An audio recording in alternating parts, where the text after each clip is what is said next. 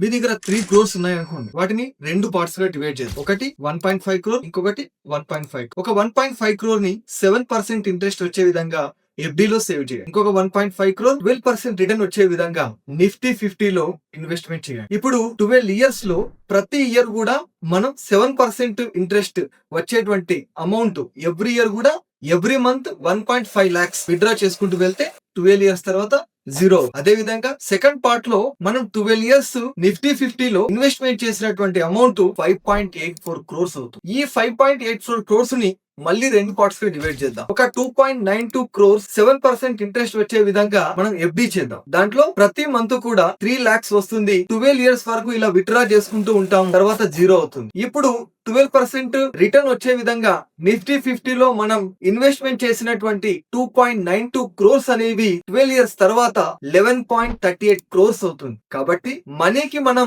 Right direction ఇవ్వడం అనేది చాలా ఇంపార్టెంట్. ఎంత సంపాదిస్తున్నాం అనేది కాదు, ఎలా ఇన్వెస్ట్ చేస్తున్నాం అనేది ఇంపార్టెంట్. ఈ సైకిల్ మీరు ఎప్పటికి కూడా రిపీట్ చేస్తూనే ఉంటే మీ దగ్గర డబ్బు ఎప్పటికి కూడా ఎంటీ అవ్వదు.